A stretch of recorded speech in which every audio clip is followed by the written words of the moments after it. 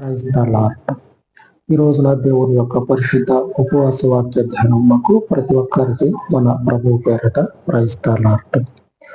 ఈ రోజున దేవుని యొక్క ఉపవాస వాక్యాన్ని ధ్యానించుకుందాము.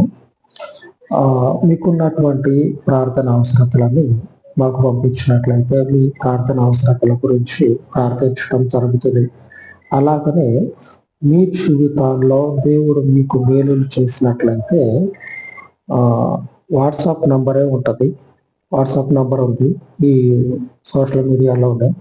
ఆ వాట్సాప్ నెంబర్కి గూగుల్ పే అకౌంట్ కూడా ఉంది. దానికి మీ కానుకలు పంపించవచ్చు.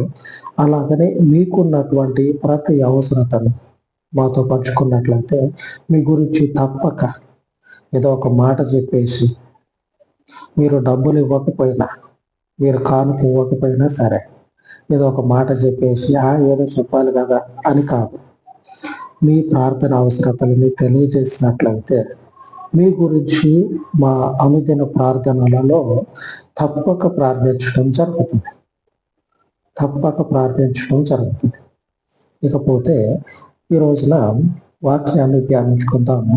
ఈ రోజున ఉపవాస వాక్య ధ్యానంలో భాగంగా ద్వితీయోపదేశకాండము 32వ అధ్యాయము 47వ వచనాన్ని ఒకసారి చూసినట్లయితే, ఇది మీకు నిరర్థకమైన మాట కాదు, ఇది మీకు జీవమే, మరియు మీరు స్వాధీనపరుచుకున్నటకు యోర్దానును దాటబోచున్న దేశంలో దీనిని బట్టి మీరు దీర్ఘాయుష్మంతులు అవుతారు. దేవుడు అంటేనే జీవము. అనగా ఒక మనుషుణ్ణి జీవింపచేయగలిగింది ఆయన జీవాధిపతి. ఆయన యొద్దకు వచ్చినటువంటి ప్రతి మనుషుడు కూడా ఊపిరి అనేది ఆగిపోయే స్థితిలో ఉన్నట్లయితే ఊపిరి తీసుకోవటం ఆయన యొద్దకు వచ్చిన దగ్గర నుంచి మొదలవుతుంది. అనగా ఇది ఆయన నిరర్థకమైనటువంటి దేవుడు కాదు, మీకు జీవమే ఇది. అనగా మన జీవితాల్లో ఆయన ఏం చేస్తారంటే మన యొక్క స్థితిగతులు అనేవి నాశనానికి దగ్గరైతా ఉన్నాయి అనుకోండి. నాశనానికి మనము జీవించలేకపోయేటువంటి పరిస్థితులు వచ్చినాయి అనుకోండి. ఆ సమయంలో ఆయన మనకి ఏం చేస్తారంటే ఆయన జీవం కదా, ఆయన యొక్క ఉన్నటువంటి మనకి ఆయన పేరుని బట్టి జీవాన్ని మనకు అనుగ్రహిస్తాడు. ఆ జీవాధిపతి అయినటువంటి దేవుని పేరును బట్టి మనకి ఆయన మీరు బ్రతికి ఆయన పేరట జీవితాలను స్థిరపరచుకోనండి అనే విధంగా మనల్ని ఆయన ఏం చేస్తాడంటే హెచ్చిస్తాడు, జీవింపజేస్తాడు. అందుకే లేఖనం తెలియజేస్తా ఉంది, ఇది మీకు నిరర్థకం కాదు, ఇది మీకు జీవమే. మీరు ఎక్కడైతే అడుగు పెట్టబోతూ ఉన్నారో అక్కడ మీరు దీర్ఘాయుష్మంతులవుతారు. అంటే మీ యొక్క జీవితాలు గొప్ప శాంతిని కలిగి మీ జీవితాలకి నెమ్మది అనేది సంపూర్ణముగా అనుగ్రహించబడిన తర్వాత మీరు ఆయన సన్నిధికి చేరుకుంటారు. గొప్ప శాంతి, నెమ్మది అనేది అది రేపు పుస్తకాల్లోనో లేకపోతే చెప్తే వింటేనో ఆ పరిస్థితి రాబోతా ఉంది. పుస్తకాల్లో చదువుకోవటం లేకపోతే ఎవరన్నా చెప్తే వింటాం. ఇక ముందు అదే జరగబోతా ఉంది. దేవుని ఎడల ఎవరైతే ఈ భయభక్తులు కలిగి ఉంటారో, జీవమగినటువంటి ఆయన సన్నిధికి వస్తారో వారికి ఆయన నిరర్ధకం కాదు. ఆయన యొద్దకు వచ్చినటువంటి ఏ జీవితం కూడా అర్ధాయుషుతోటి ముగించబడదు. దేవునికి స్తోత్రం. ఈ రోజున మనకి ప్రభు వాగ్దానం చేస్తా ఉండడం, ఈ రోజున దేవుని యొక్క పరిశుద్ధ వాక్య ధ్యానంలో భాగంగా 2వ దినవృత్తాంతాల గ్రంథము 30వ అధ్యాయము 9వ వచనంలో నుంచి మనము చూసినట్లయితే, ఈరోజు వాక్య ధ్యానము, మీ దేవుడైన యెహోవా కరుణా కటాక్షములు గలవాడు కనుక మీరు ఆయన వైపు తిరిగిన ఎడల ఆయన మీ యందు ప్రసన్నుడగును. మీరు ఆయన వైపు తిరిగినట్లయితే, ఆ జీవాధిపతి అయినటువంటి దేవుని వైపు మీరు తిరిగినట్లయితే ఆయన మీకు ప్రసన్నుడవుతాడు. ఎలాగా? ఆయన వైపు మనం తిరిగినాం. తిరిగిన తర్వాత జీవాధిపతి వైపు మనము స్టాండ్ తీసుకున్నాం కదా. జీవాధిపతి అనేటువంటి దేవుని వైపు నిలబడి ఉన్నాం కదా. అప్పుడేం జరుగుతుందంటే మన జీవితాల్లో ఒక్కొక్కటిగా వ్యర్థమైనది ఏమైతే ఉందో అవన్నీ కూడా తొలగిపోవడం జరుగుతుంది. అందుకే మొదట్లో మనం చూసినాం, ఆయన సన్నిధికి ఆయన యొద్దకు రావటం అంటే నిరర్థకమైంది కాదు, అది వ్యర్థం, వేస్ట్ కాదు. ఆయన యొద్దకు మనం వచ్చినామా, అది వ్యర్థంగా పోదు. ఆయన సన్నిధిలో మనం కూర్చున్నామా, అది అర్థంగా పోదు. జీవాధిపతి అయినటువంటి దేవుడు, జీవము కలిగినటువంటి శక్తి సంపన్నుడు. ఈ జీవము కలిగినటువంటి దేవుని సన్నిధిలో మనము నిలబడి ఆయన యొక్క పరిశుద్ధత వైపే కొనసాగుతా, ఆయన యొక్క జీవము వైపే మనము నడుచుకుంటా ఉన్నాం కనుక మనకేం జరుగుతుందంటే ఆయన మనకు ప్రసన్నుడు అవుతాడు, అంటే ఆయన మనకు ప్రత్యక్షం అవుతాడు. అనగా జీవితంలో మనము ఎక్కడ ఏది కోల్పోయి ఉన్నామో, ఏ స్థితిలో ఎక్కడ మనము దిగజారిపోయినామో అక్కడి నుంచి క్రమక్రమంగా ఆయన మనల్ని కట్టడం మొదలు పెడతాడు. జీవితము కట్టబడటం మనం చూస్తాం. జీవితం అనేది కట్టబడటం మనం చూస్తాం. అందుకే దేవుడు అనేక పర్యాయాలు మనుష్యుడు అనేటువంటి వాడు ఒకసారి చెప్తే వచ్చి కూర్చోడు. అనేక పర్యాయాలు ప్రభు అంటా ఉన్నాడు, నేను అనేక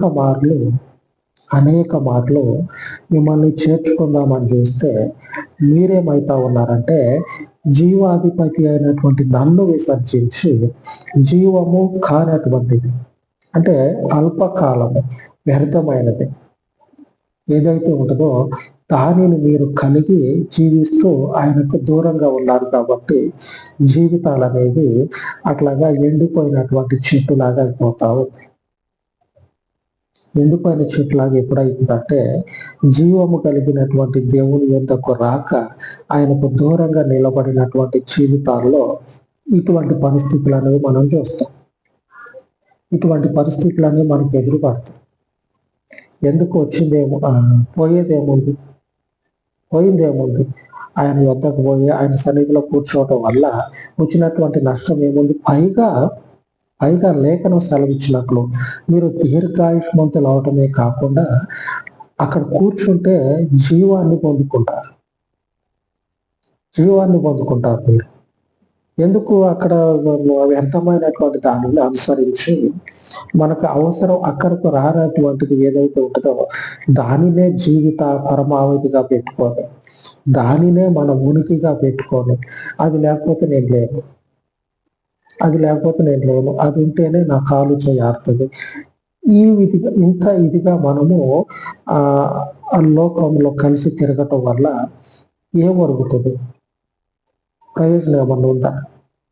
ఏ ప్రయోజనం ఉండదు.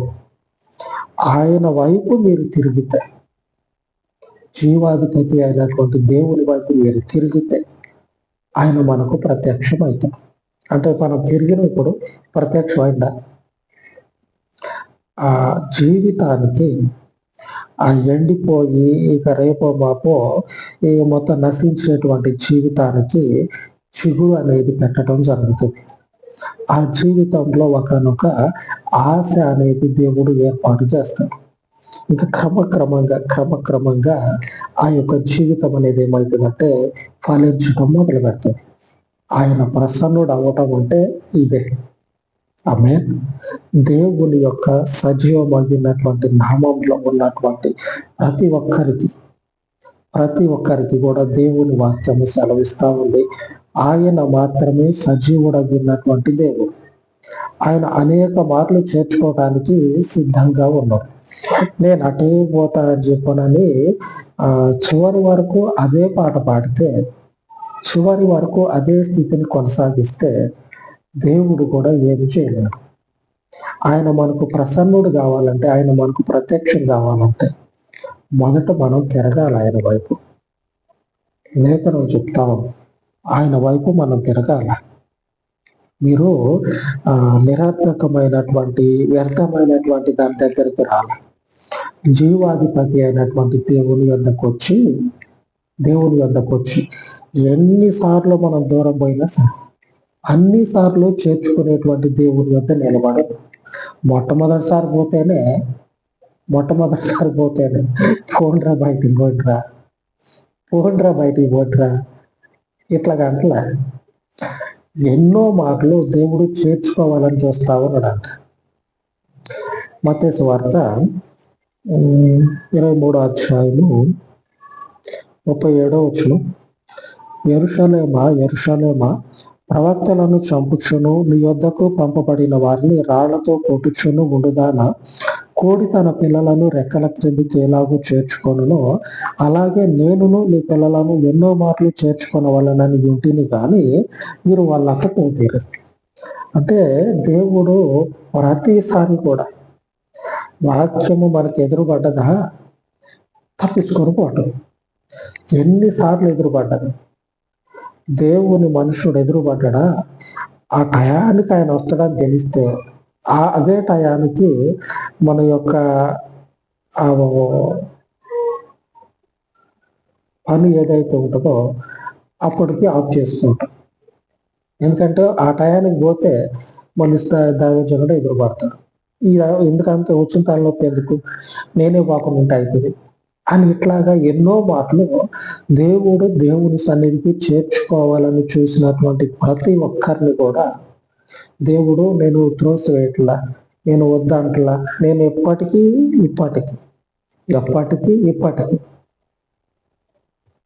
ఆయన చేర్చుకోవటానికి సిద్ధంగా ఉన్నాడు. ఎన్నో మార్లు నేను పిలిచా కానీ సమాధానం ఇచ్చినటువంటి వాళ్ళు లేరు. దేవుడు మాట్లాడతాము. ఎన్నోసార్లు దేవుడి వాక్యం మనకి వినపడ్డది కానీ అవును ఇది నా కొరకే వచ్చిందేమో కదా. జీవమై ఉన్నటువంటి దేవుని యొద్దకు పోతే ఈ స్థితి పోవచ్చేమో. లేని స్థితి ఉన్నది కదా, జీవితము ఎండుకుపోతూ ఉన్నది కదా. ఈ స్థితి నా జీవితంలో నుంచి పోవచ్చేమో. నాకు తగ్గట్లుగానే వచ్చింది, ఆ వాక్యము నాకు తగ్గట్లుగానే వస్తా ఉంది. ఆ మనుషునికి నా స్థితిగతులు ఏమీ తెలియదు. మరి ఎవరికి తెలుసు? దేవునికి తెలుసు. తెలిసినటువంటి దేవుడు పిలుచుకుంటా ఉన్నాడు. నేను చేర్చుకుంటా రా అని పిలుస్తా ఉన్నాడు. కానీ వ్యర్థమైనటువంటివి ఏమైతే ఉంటాయో వాటితోటే జీవితము, వాటితోటే ప్రాణము, వాటితోటే సమస్తము కూడా పెనవేసుకొని ఇక ఎంత విడిపించుకుందామన్నా సరే విడిపించుకోలేని విధంగా దానితో కలుసుకుంటే నీవు రానన్ని రోజులు దేవుడు ఏమీ చేయలేడు. దేవుడు మనకి ప్రసన్నుడు కావాలా, దేవుడు మనకి ప్రత్యక్షం కావాలా, దేవుడు మనకున్నటువంటి ఈ స్థితిగతులన్నిటినీ, ఈ లేని స్థితిగతులు, బలహీనమైనటువంటి పరిస్థితులన్నిటినీ తొలగించి ఒకనొక స్థితికి మనల్ని చేర్చాలి అంటే ఆయన వైపు మనం తిరగాలి. ఆయన కరుణ కటాక్షములు కలిగిన దేవుడు అనేక పర్యాయాలు వాక్యము ద్వారా, సేవకుని ద్వారా ఆయన నీ వద్దకు వచ్చి నీతో మాట్లాడినప్పుడు నువ్వు తిరిగేది ఉండే, నువ్వు తిరగాల. ఎందుకంటే ఇది మీకు వ్యర్థమైంది కాదు, నిరర్థకమైన మాట కాదు, ఇది మీకు జీవమే. ఈ జీవము దీర్ఘాయువుని ఇస్తుంది. ఇందాక మొదట్లో చెప్పుకున్నట్టు